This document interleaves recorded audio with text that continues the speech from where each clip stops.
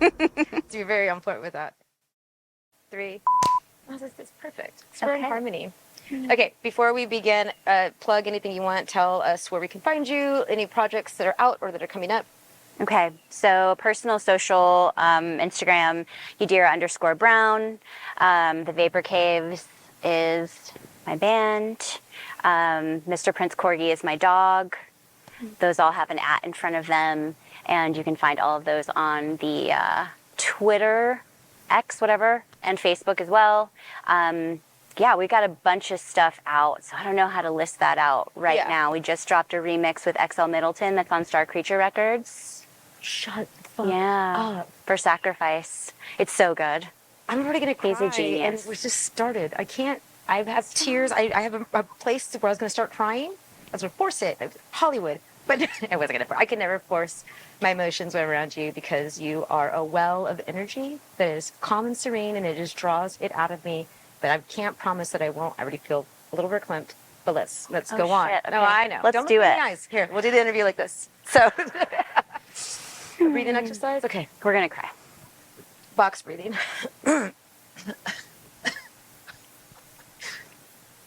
So when I first heard about you, wait. First of all, okay. When I first moved to Austin, like in 2005, 2006, I was hanging out with rap dudes, and like much hasn't changed. And like, I remember they were recording tracks, and they were like, we need to get Yadira on this. And I was like, I've never heard that name before. Love the name. And I was like, who is this person? And there's like, this room of like hardcore rap dudes who were like just singing your praises.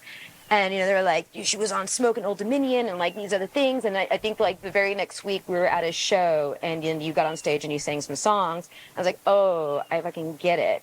And so you're born and raised Austinite and you've been in the music scene. No. Not born and raised in Austin, but my family's lived here since the 60s. So 60s Austin hippies. Love the origin of that. It carries into DNA. Where were you born at? I was born in Arizona, in Phoenix, Arizona. This is just like when I found out that Boone was like, what was it? What did I find? It was something about like him being born, probably New Mexico or some other shit like that. He was born in Venezuela. But yeah. Did a green card? Anyways, we shouldn't talk about that. Especially immigration's a hot topic right now. You can go back to our interview. We may have talked about that. So, Arizona, very hot. North or south? Like the desert area? Phoenix, I think, is like sort of in the middle. It's very hot there. So you're there. Chill. It's very hot. It's not chill.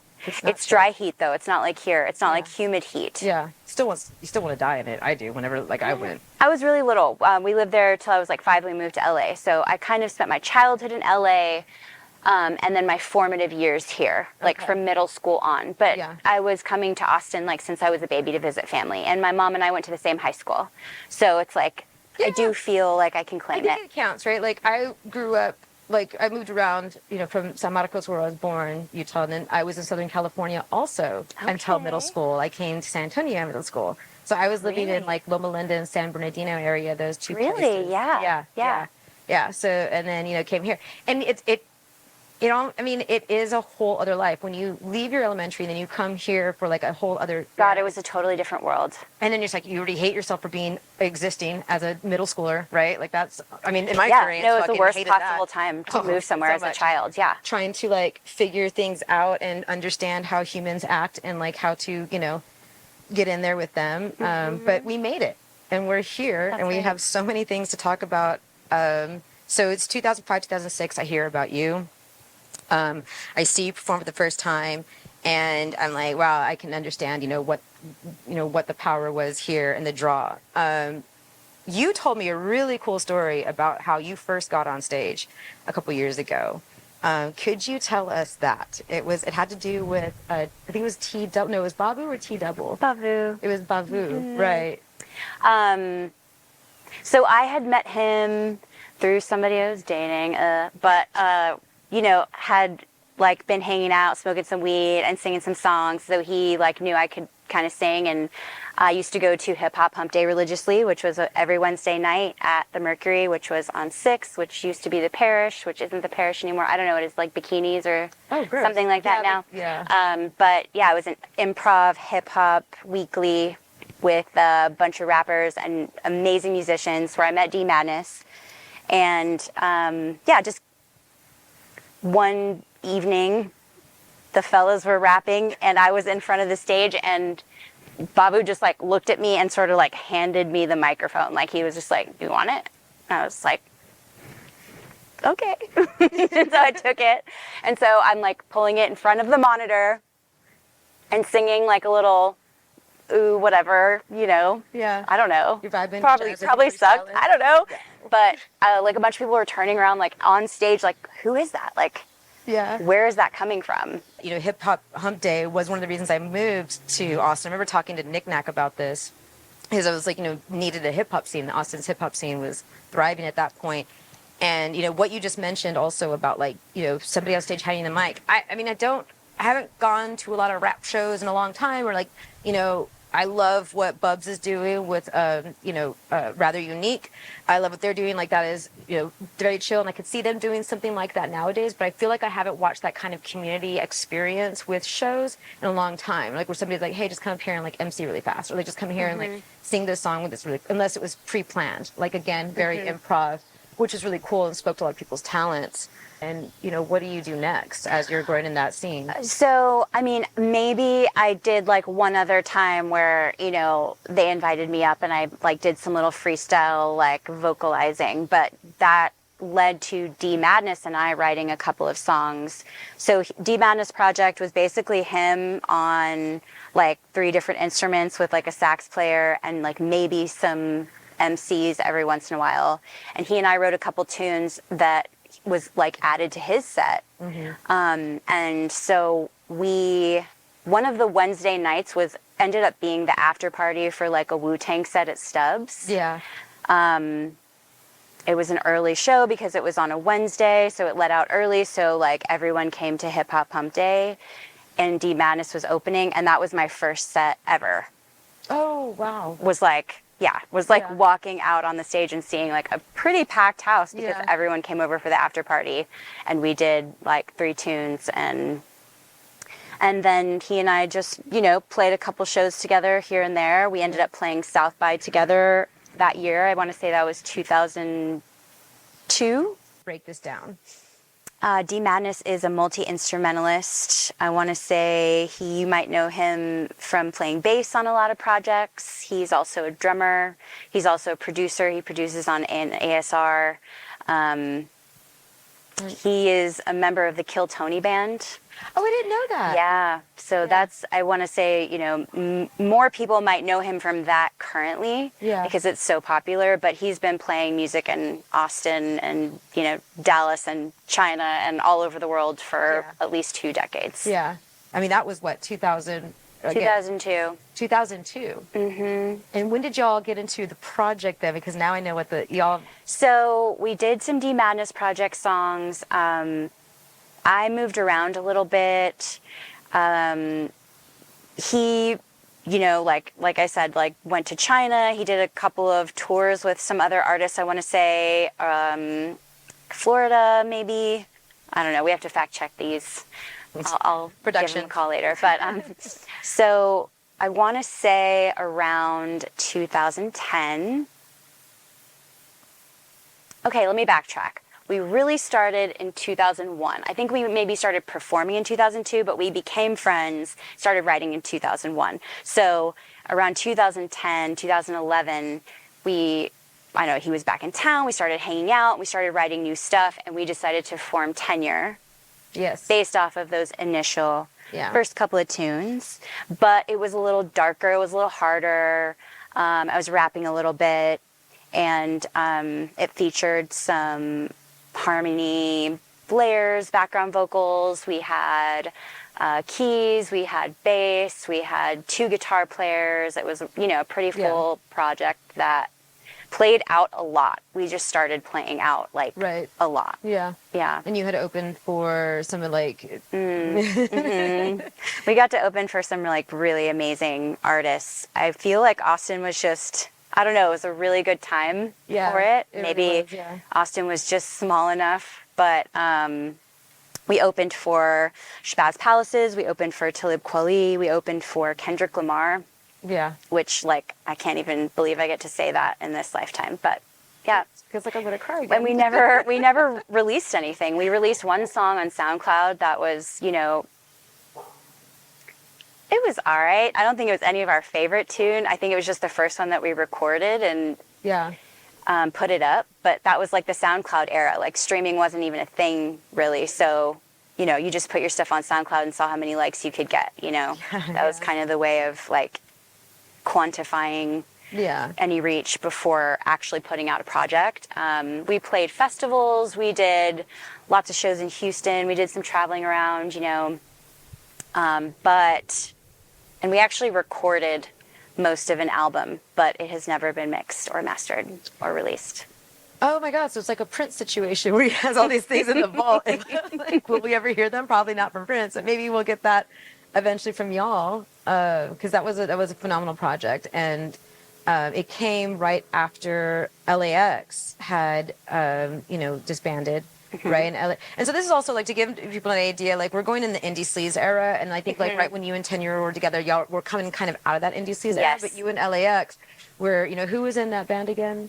Andrew Collins from a band called At All Costs. That was a hardcore band. It was like pretty big band, and he, I think toward the, I don't want to say end because they're still performing, but like there was sort of a little break in their trajectory, and he started producing on Ableton, like some like electro pop. And he and Aaron actually were the first two members of LAX, just the two of them. So it would just be like the two of them vocalizing and, running the set through like, some analog gear and like an Ableton, like early version of Ableton. Yeah. And we had been like friends of each other for a while, and he asked me to feature on one of their tunes that it just ended up feeling so good that we just decided they asked me to be a part of the band, and we just started writing the second album. They had already released their first EP, the two of them, and then we just like went super hard writing and recording the AEP.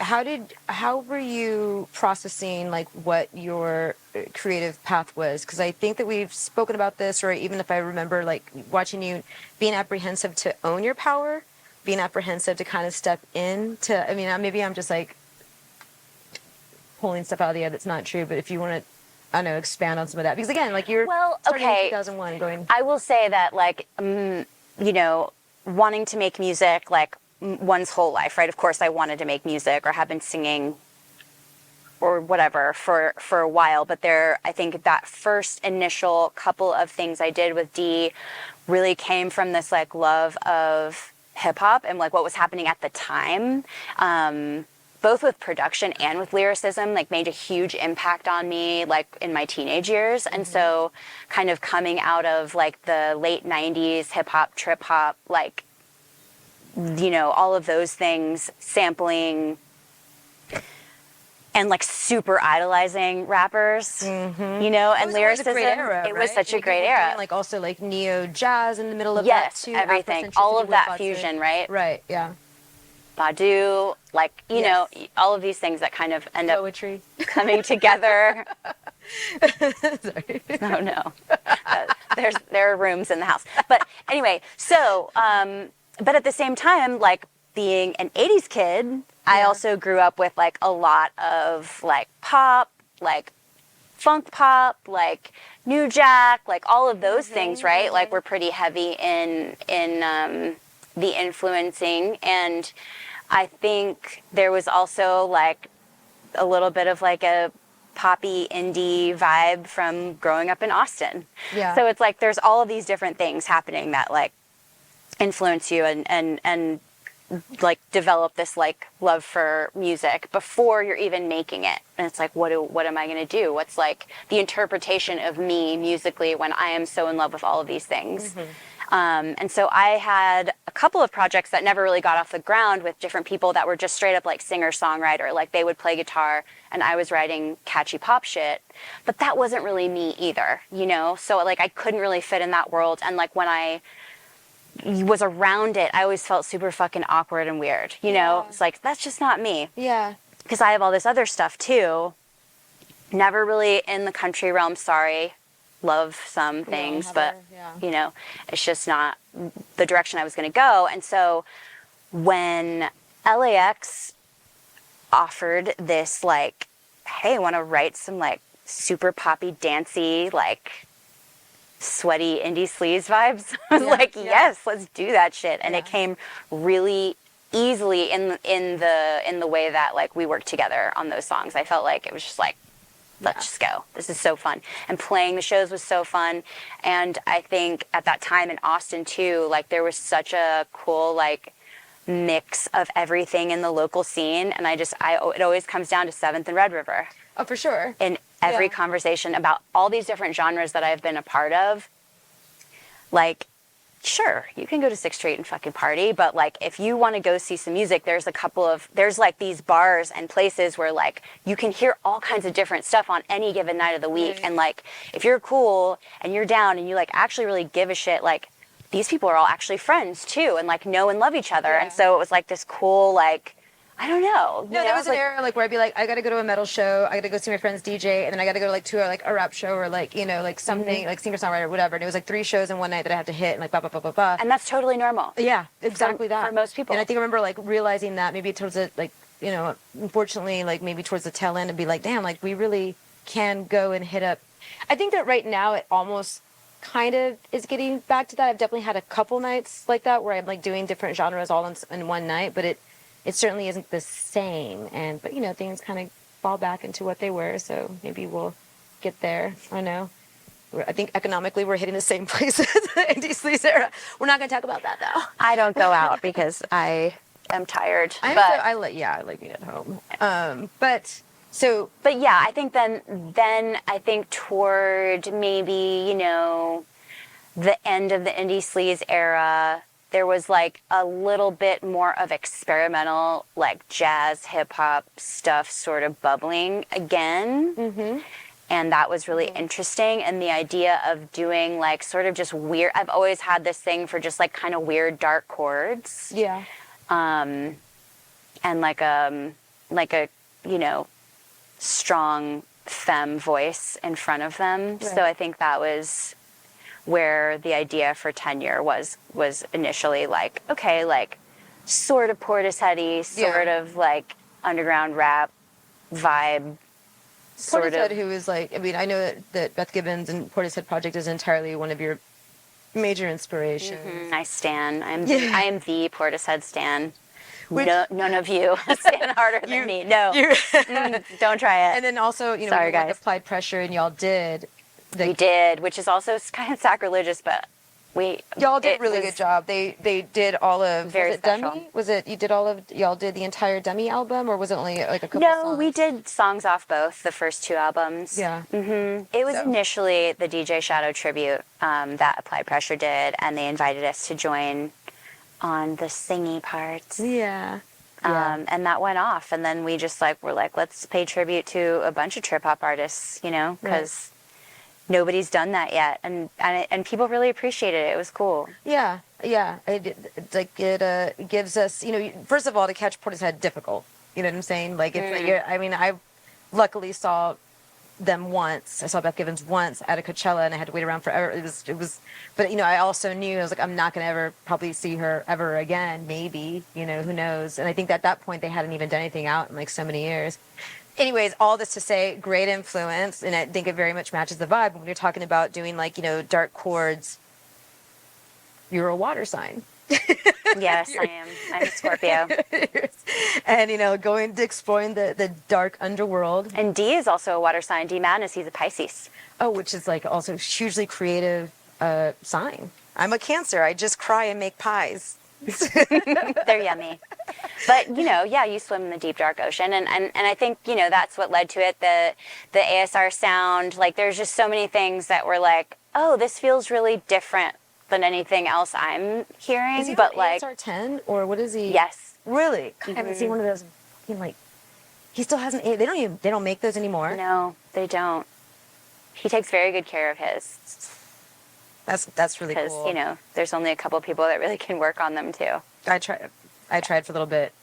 Ginger, it's a very delicate machine. Mm-hmm. It's a very delicate machine. Mm-hmm. So, I mean, you know, essentially what we're looking at, just also 1 second, there's definitely an alternate timeline where you are a country singer. Fuck. I know, right? kind of boots? Okay, first of all, if you were a country singer, right, what would your outfit look like? Oh man. Well, let's start with the boots. I mean, I think it would be like all black. I think I would still be all black. Just, it would be. you know, yeah. However, Like some fringe, suede jacket, black suede jacket with the fringe. I would wear that now. Yeah. I want that now. Well, it's very also Stevie Nicks. Exactly. Exactly. So it would be like Mother. witchy country. Yeah. Okay, wait. Maybe let's not throw away the whole country pop thing yet. Do we still have so much time? Oh, witchy country. Well, I guess. I need a producer. Find me a producer. No, I've actually done some country vocals on, you know, studio work, like friends' projects. Like, I can do it. I can do it. I can do it. But yeah, never. Oh my God. Okay, so but in between this time too, like I mean, 2005 to that, yeah, Hip Hop Hump, from Hip Hop Hump Day Yes. to LAX. There was some non-music time. So okay, I moved to Portland for the boyfriend thing, who was in Old Dominion. I was sort of in Old Dominion-ish during that time. I recorded with some Old Dominion artists, obviously Smoke, Henri Osborne, was on some Living Legends releases as well during that era. So it was like I was recording and doing some things, but I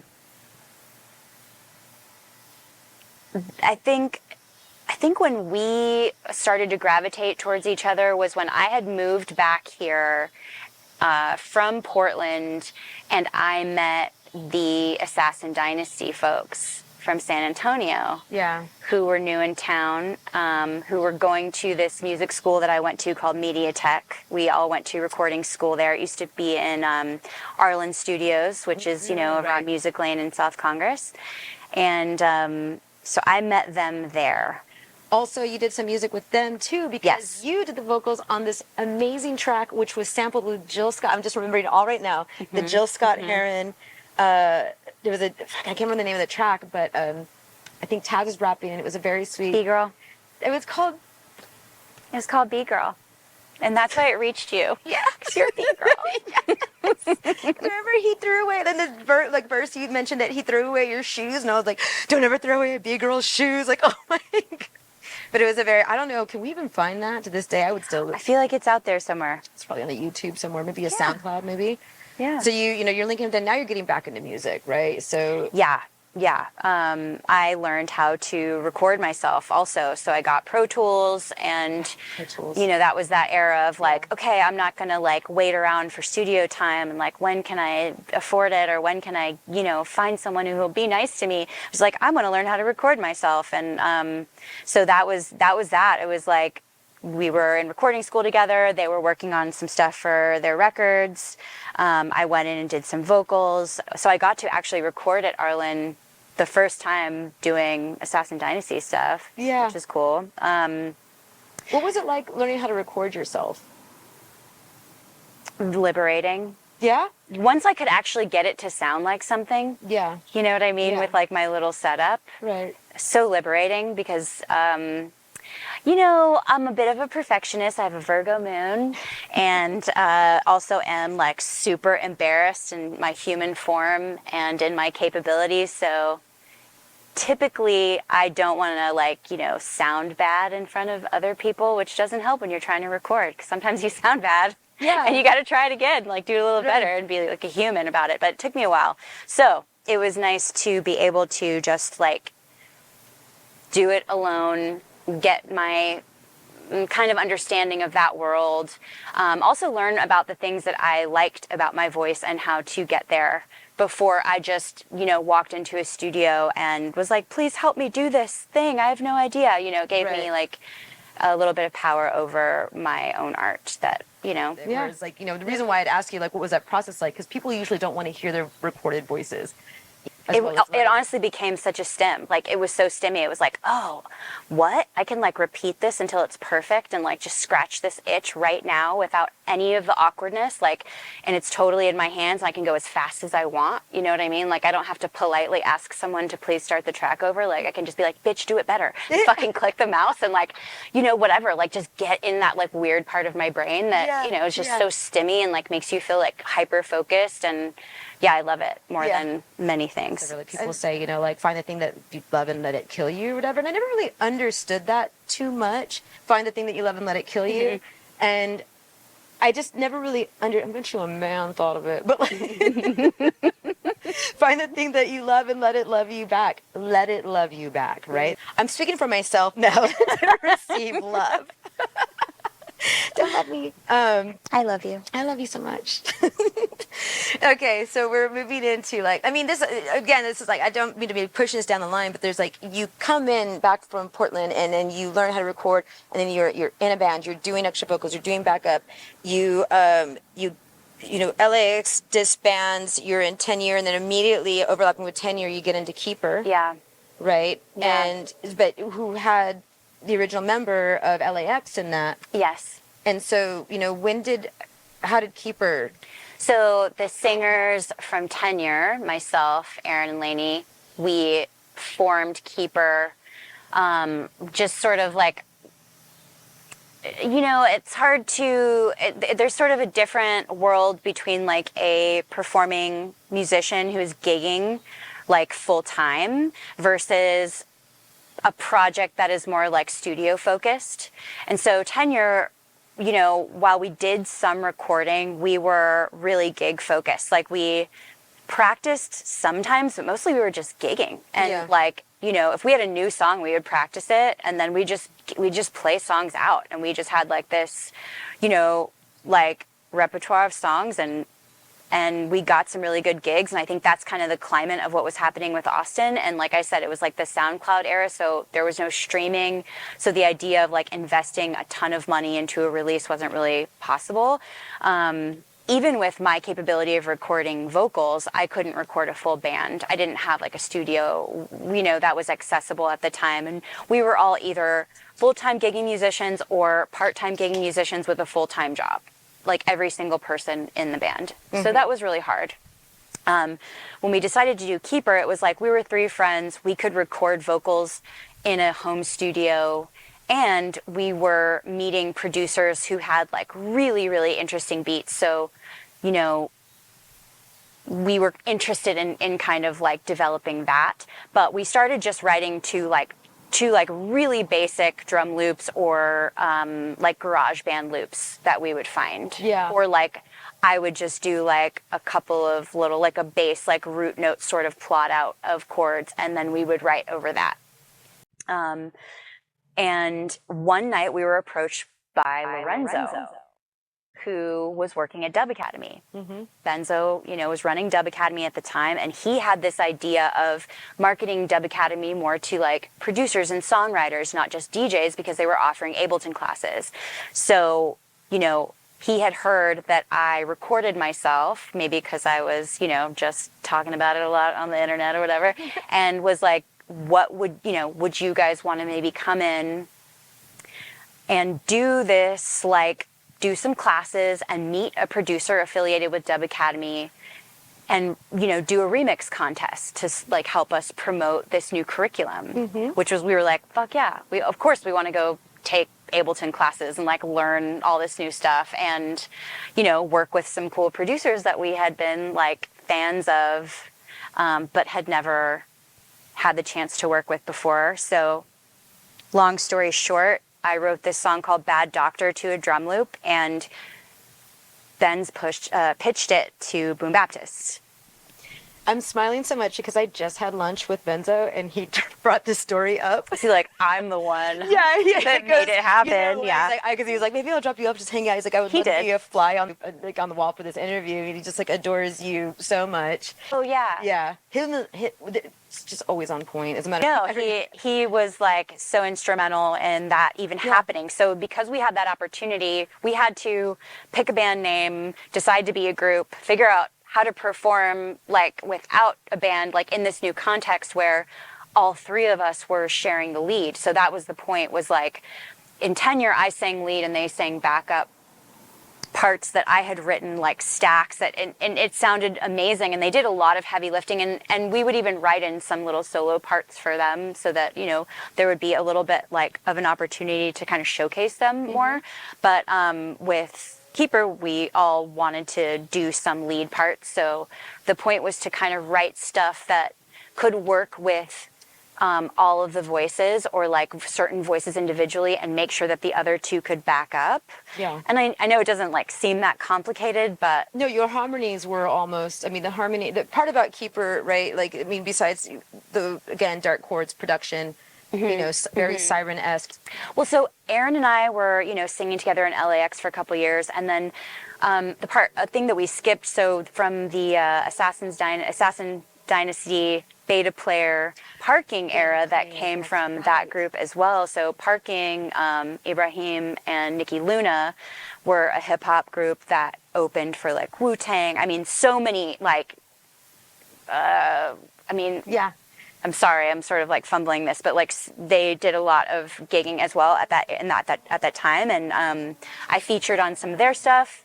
So, where was I going with this? Sorry, I feel like I have sponsoriness. I don't know if we can ever get monetized because of my personality, but maybe I will. Sorry. We're keeping all that in, though.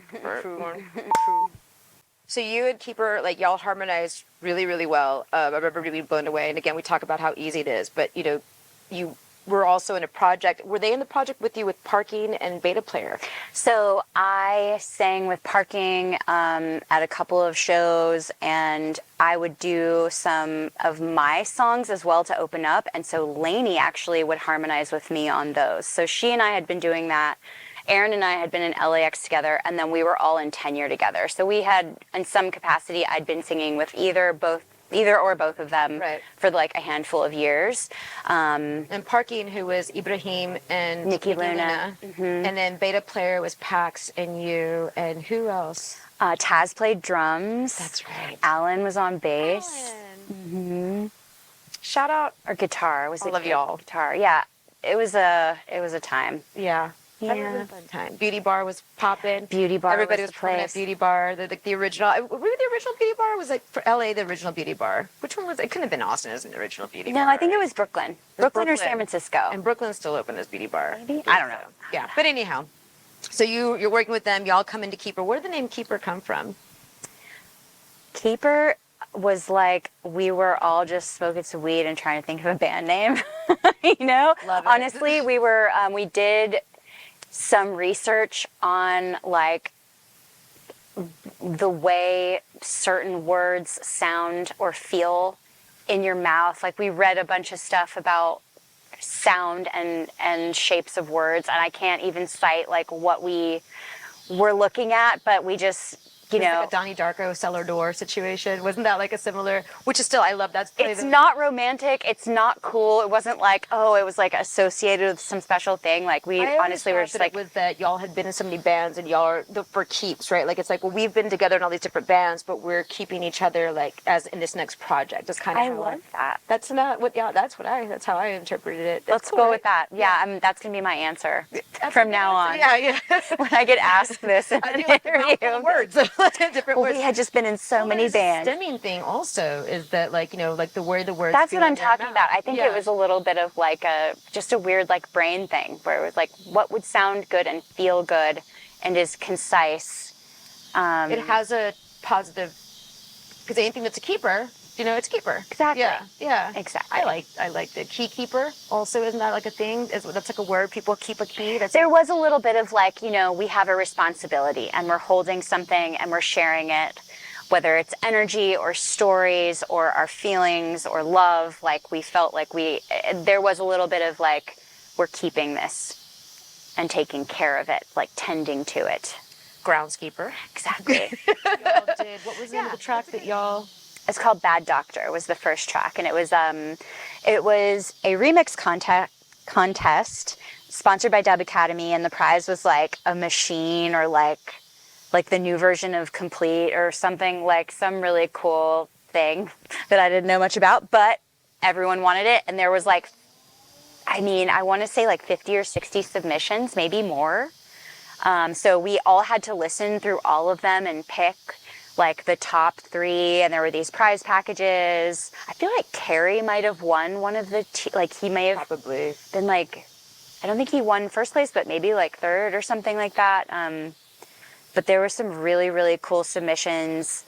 Juicy the Emissary won it, and he's like one of my favorite producers out of the Dallas area. He has done so many amazing things, but he has remixed some Vapor Cave stuff as well, and we hope to keep working with him. He's just like the best dude. Yeah. But yeah, he won it. He did this super jazzy, like very cool rendition of it. And the original, obviously, the original version that Boom Baptist produced was, I mean, just like so perfect. And I have this memory of being in the studio, because I had only heard my vocals on a drum loop, like a crappy drum loop that I made, and I can't make drums. And he took it, produced the song around it, and so we went into the studio to listen to it. And I just remember sitting there and being like, I couldn't even feel my body. You know what I mean? I was just like, like breath taken. Like, this is how this song is supposed to sound. And I have worked with some really talented people and made some really cool stuff, but up until that point, nothing had ever just so perfectly felt like a match, you know? Yeah. And Boom Baptist, who we interviewed last year, and we did talk about, they were in Vapor Caves together, for those who don't know, but, you know, who did interview last year as well. And, you know, I mentioned something about, in that interview, about the way that he produces, the sonics that he has, and the way that he plays with sound and sound like off of each other. It's almost like the way that I describe it in my own perception of it.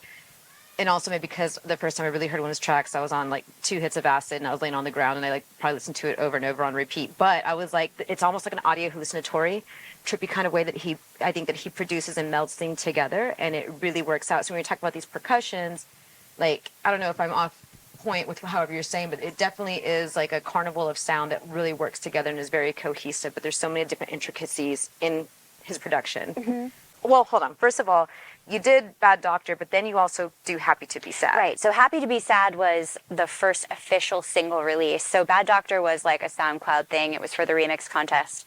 And then Keeper, we released our first like official single, Happy to Be Sad, which was another song I had written to a GarageBand loop, and he produced. And that song ended up doing like some really big things. It was such a cool sound. Bad Doctor was a very like well-produced boom bap, like clean, nicely even, you know, spectrum of sound, like ear candy, like cute harmonies, concise little concept. I did a little rap part. It's about being, you know, brokenhearted. Great. Happy to Be Sad was a little bit more complicated or complex in what it was about, because it was about me falling in love and being like very afraid of what that could mean, but also deciding like the risk is worth the reward. So, you know, eventually this may end, and I am happy for this to even to be a thing that had to end, right? Right. And so there was that. The harmonies themselves, like the way the song moved, was a little bit different. And then his production was, like you said, like definitely went a little further out there. Yeah. You know, like was trippy, was like a little bit jazzier, was, you know, I don't know, just like a bigger sound. This song was also on Broad City. It did end up being on Broad City. I think during the masturbation scene. During a masturbation scene, a 45-second cold open with like nothing else happening, just like Alana getting ready to... Very cool experience for y'all. And so this is where you and Boom Baptist meet, and you're working together, and, you know, during Dub Academy. And, you know, so actually, what is the journey from Happy to Be Sad to where you are now with Vapor Caves? And, you know, we can get on to the more of what's happening. Well, there is like the personal life story, and there's also the music life story. Boom Baptist ended up like DJing for a lot of Keeper's performances, because we would need a DJ to run our set, and like we ended up doing every show with him. Yeah. Like we did festivals and, you know, all kinds of stuff. Like he supported us for, I want to say, like 3 entire years of Keeper shows.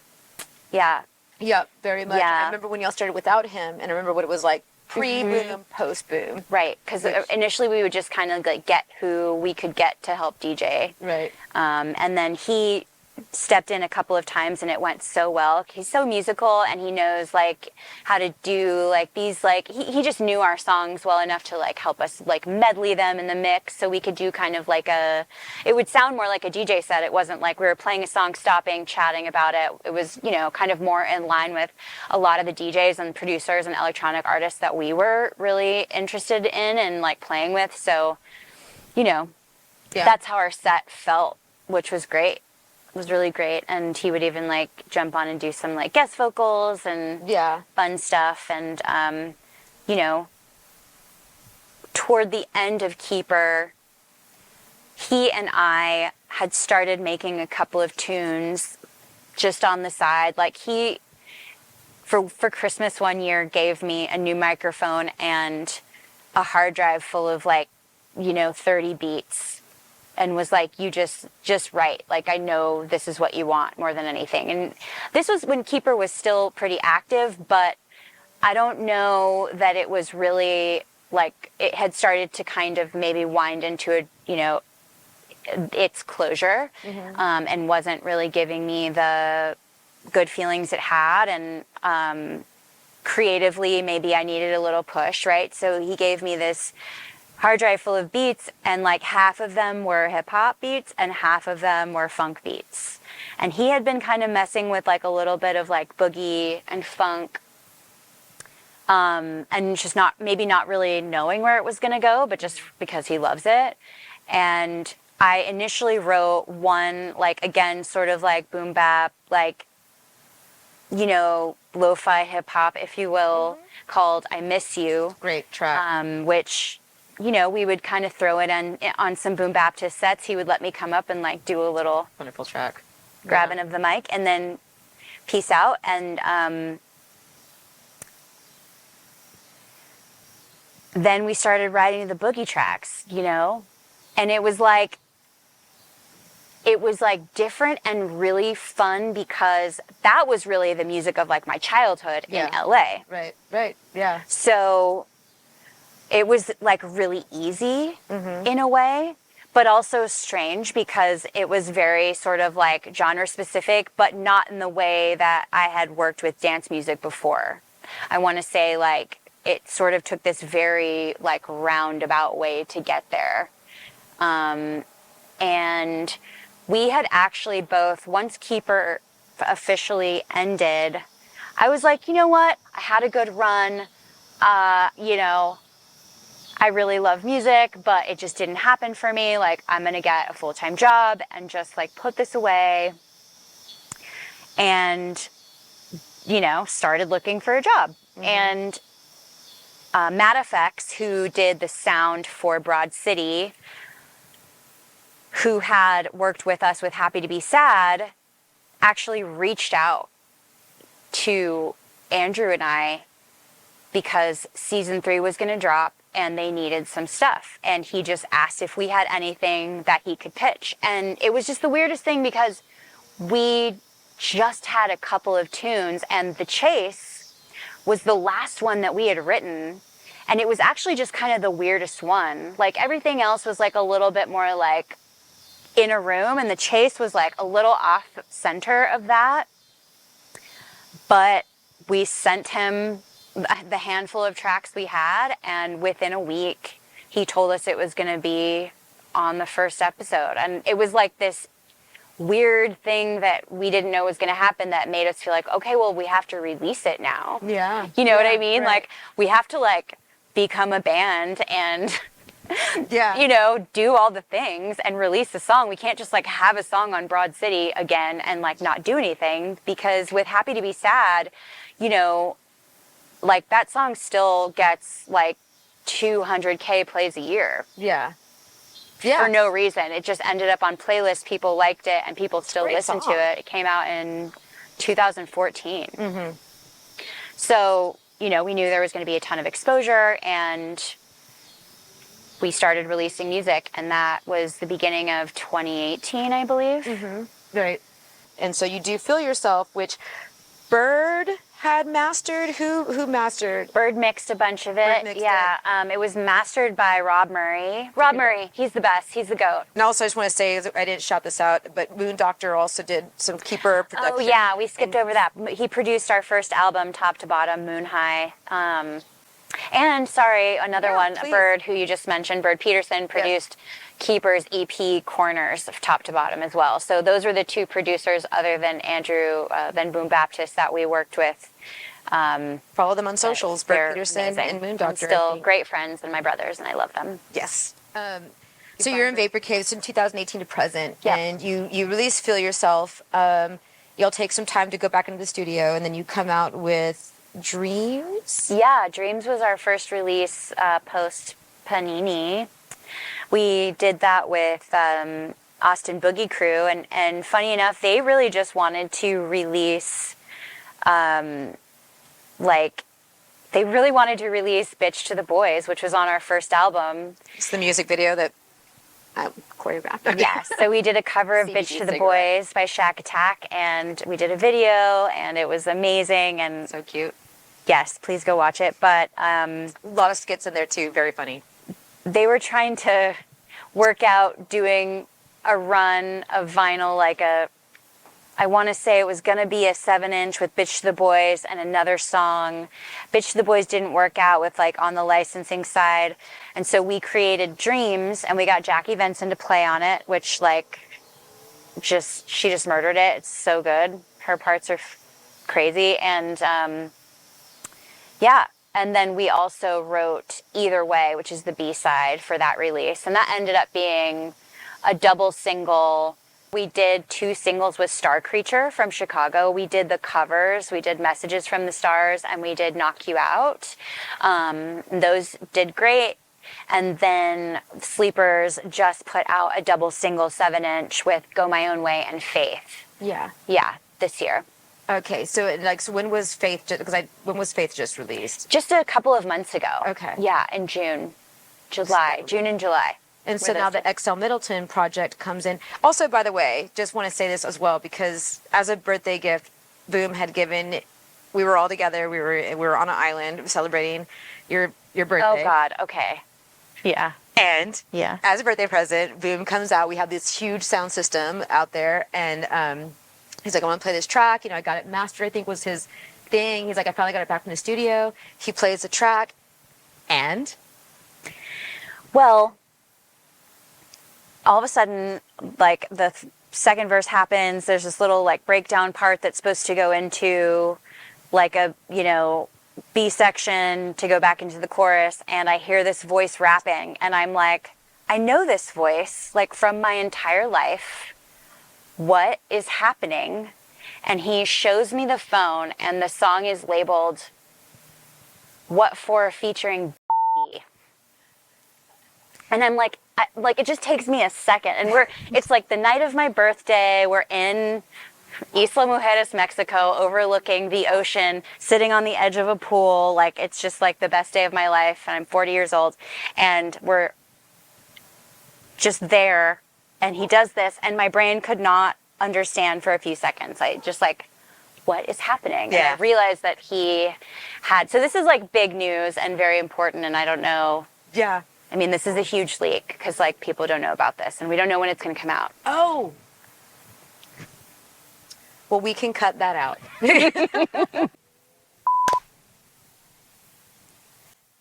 So you're in Vapor Caves. We did the music video. You released your Seagulls that are coming out in the last 2 months. This is a CBD cigarette again. That's why I'm smoking it's kind of weed. XL Middleton. Yes. So Sacrifice, the song that we did for Project Traction with Jim Eno and Cam Franklin producing, that song came out last year, and we have done a slew of remixes with Star Creature Records, who did the Messages and Knock You Out covers with us. We got E-Live to remix it. We got Ken at Work to remix it. E-Live. E-Live. Oh, E-Live. I was like, okay. Yeah. And we got XL to do a remix of it. And all of those are actually going to go on a remix physical product vinyl record that's going to come out sometime soon. I don't have a date on that yet. I would plug it if I did, but it will be sometime very soon. XL Middleton, who also has a Fleetwood Mac cover. He's really incredible. Did you get to like meet, or is it just like a back and forth kind of send you my stuff project? XL? Yeah. Yeah, we just played a show with him in LA, with him and Monica. They're wonderful. And we actually played with them in 2019 here at the Sahara Lounge for the Austin Boogie Crew 5-year anniversary party. So we met back up in LA this year to do the 10-year anniversary party. Shit. Okay. And now the next thing up for y'all, or you, is where you're working on a solo project. Am I skipping anything over on this thing? No, I think that's pretty much it. I don't think, we've got the remixes coming out. Eventually we will put out a Vapor Cave's sophomore album. So that is being worked on. We are also, one more Vapor Caves thing. We've been working on a tune with the Song Confessional, which is a podcast. Tell me about this. I have not heard of it. What is Song Confessional? Tell us everything. Song Confessional is really cool. So they set up these little confessional booths in different places, like whether it's like a hotel or a music festival or an event or whatever. And you can go in and anonymously record a confession about some tea, like some crazy thing in your life. And your name is never put out, it's just like this thing happened and it's wild. And the Song Confessional team will go over them and they'll pitch certain concepts to bands or artists to write a song about it. So, it can be anything, right? Like you could go in and say, this wild thing happened to me. And then a year later, X band writes a song about it and puts it out. And they actually play the audio from the confession. Oh my God, like it's a Midwest hardcore thing. Or like a murder podcast or something. It's like a full, like you hear the whole story and then you hear the song that was created inspired by it. What a brilliant idea. And it's put together by some local awesome folks. Walker Lukens, Jim Eno. Oh, shit. Yeah, Adam Mason. There's a couple of other people on the team, I think. But I want to work with you. I need a job. They're great. So, Cut that out. We did a Song Confessional tune. We wrote a song about a really wild concept. Yeah. And I don't want to spoil too much of it, but did you know that there's a website where you can put like really terrible dudes on blast who you've dated? Yes. Yes, I didn't know this. I had no idea. Yeah. It's called Sis, Is This Your Man? And it's like you put the photo and all the information about this person and what they did to you. And then other people will be like, yes, I am dating this dude right now. And he said the opposite thing or whatever. It's just wild. It's so great. I love the internet for that. Stop it. Men, quit it. We're so tired. We just need to stop. Could you not anymore? Receipts are there. Fucking so many. They're public. Just stop. But anyway, that's what that is. So that's gonna come out on Valentine's Day. Yeah, February 14th, 2025. And I can't say any other dates about Vapor Cave stuff other than that. Hopefully lots more forever and ever. But I am putting together a solo EP. I don't have a release date for it, but I am making assets. I have some tunes mixed and mastered with some really cool producers. Butcher Bear. Because you don't have a solo. You have some singles. Couple singles. But you don't have an album yet. This will be it. This will be my first, collection of songs released together. Oh my God. Very stoked. If it's done by summer, that should be the new Hot Girl Summer, which is like, I don't know, it'd be like just girl summer. Oh no, it's dark and yeah, that's what I'm saying. We don't need a fucking. Do we need a dark witchy summer? Yeah, we need a dark witchy summer. We need a witch girl summer. Okay. Which also, when I was looking at the interview questions today, saw the tarot reading that you gave me in like March 19th, 2020, when I was supposed to move to Portland, and I was super confused about my life. Again, I'm there, and every single, you wrote down the explanation for every card that I got, and it's the same message, and it like resonates so much more today. Oh, wow. And it was very, I want you to kind of tell us a bit more about that part of your life, because it is very much a huge part of your life and who you are, and it also goes into your music as well. And, I think that if anybody knows you, not only do they know you as a songstress, but they also know you as a good witch. Thank you. That makes me really happy. Thanks for saying that. Of course. I mean, I have always been really sensitive. So that's number one. Right. Whether it's to like just things I sense or energy, I've always just been really sensitive, and always been very interested in that. My mom does some things of that nature as well. She is an energy worker. She does sound healing, has always done astrology, and kind of, been sensitive to energy as well. So sort of raised with that understanding and acceptance. And I started reading tarot when I was really young. So like 14, 15, something like that. Got the deck that I still use to this day and started reading. And I think, it's just been like a way to get out of the way and let something come through me that someone else needs to hear. Because I feel like when I sit down to do a reading with somebody, I'm like, hey, this doesn't mean I know your life. I'm not a psychic. I'm not seeing like pictures of your bedroom or like what's going to happen in the future or whatever. Like, I don't see that. None of this has any, I don't personalize any of this. It's not through my lens. It's through the lens of the cards. And I'm just going to tell you what is coming through. Yeah. And of course that's through my lens because I'm me, right? And I'm a human brain that, processes whatever, but I just get out of the way. And I think that something will come through for someone who wants to know, I think when you talk about Sonia, our friend, Vessel and Spirit, like that, the ethos that we have always shared is that a healer doesn't heal you. A healer helps you get to the place where you heal yourself. So where you tap into those energies and it's your lived experience that's actually doing the magic. It's not like all in me, right, right. I'm just a way to get you there. And I think the cards, like whether I understood it or not, just were the excuse to get out of the way, to get my ego out of the way, and I can just tell you what the fuck they say without worrying about you hearing it from me, right? So like if a card is saying something that is maybe a little challenging and like personal, I can just read the card to you instead of being like, hey, I'm telling you your life. I'm Yadira telling Misa her life. What I mean? Like that's not, nobody likes that. Yeah. Like that's, you're not gonna be open to that.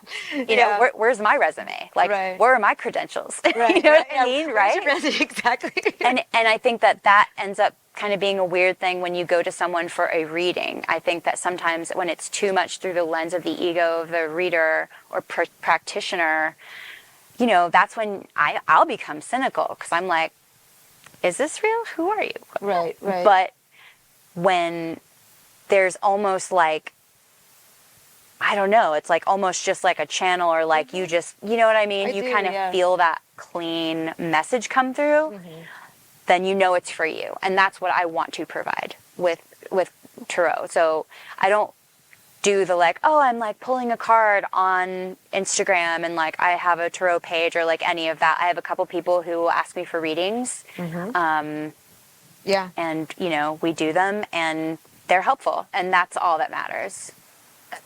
You're having like almost like a therapist, like a non-objective, like an objective like third party, right? Exactly. Like that's coming in to say like, non-attached. Hey, yeah. And I can, help you interpret this. And I do want to kind of wrap this up on something that we've talked about in the last couple of years, as well as, in being on the autistic spectrum and me being neurodivergent and but with your experience, how has that been in your journey of figuring that out finally?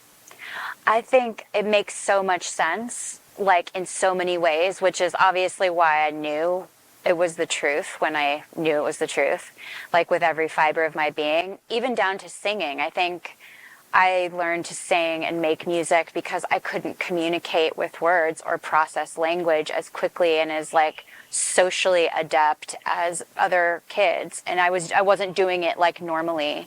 So I learned how to make it pretty.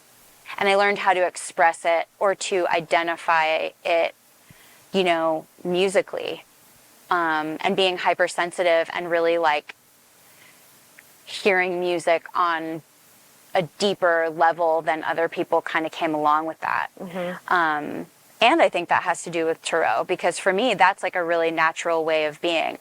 Just get out of here. Like get whoever you think Yadira is, whoever I think Yadira is, get out. That's what has to happen for me to sing the best and for me to read cards the best. Both. Right. So it's very similar. And I do think that, you know, when I've talked to people on the spectrum or read about people on the spectrum having that feeling of like not feeling like themselves, like always waiting to feel like, oh, eventually I'm going to accept that this is who I am, like I'm a human, and I'm going to stop thinking about it. You know, like the synapses are going to stop firing off, right? Yeah. Nope. Like still waiting around. It's been a couple of decades. Yeah. You know what I mean? I do. And then you're like, oh no, this is actually just how I am, and it's really different from all these other people, and like the whole way society is set up to like be a successful person, you know, and then you're like, oh, well, what am I supposed to do with that, you know? Yeah. And so you mask. That's the answer to that question. You mask with all the things, right? And then you burn out from masking, and you have to find a way to accept and live the truth. And I love you. I love you so much. You know, it's really hard. And honestly, like, I love getting out of there. And I love just making the sound. And I love, you know, stimming and recording my voice over and over, because I don't have to think about the way something feels on my leg, or like the way air feels touching my face all the fucking time, and like be distracted. And, you know, like it all goes away, you know, when I get to do those things. So. Yeah. My body even feels different. Like if I'm dancing, you know, like I will be in complete pain. Chrissy and I have talked, like, you know, after like, I was like, I just feel like shit. I'm just going to fucking shoot myself in the head. And then like, I'll get up and start mixing, and I'm dancing while I'm mixing, and I'm like a completely different person, but I'm myself. And it's okay. It's okay. It's not like there's no question about it. It's just, you're like, oh, this is it. Like, this is what I need, you know? But for so long, when you don't get to do that, it is really painful. Yeah. You know? Masking is exhausting. Yeah, fuck masking. Yeah. Yes. I'm going to talk about that with you on the way home. Chapter 2 will be about masking. I love you so much. I love you too. I am so happy that you finally got to sit down with us. And, you know, I haven't seen you in a couple months, and so I missed your face. I think that I've always loved you. I've always admired you ever since the moment I heard about you, ever since the moment I saw you. And I am just so happy that you're in my life, in my orbit, and that, you know, I just love you.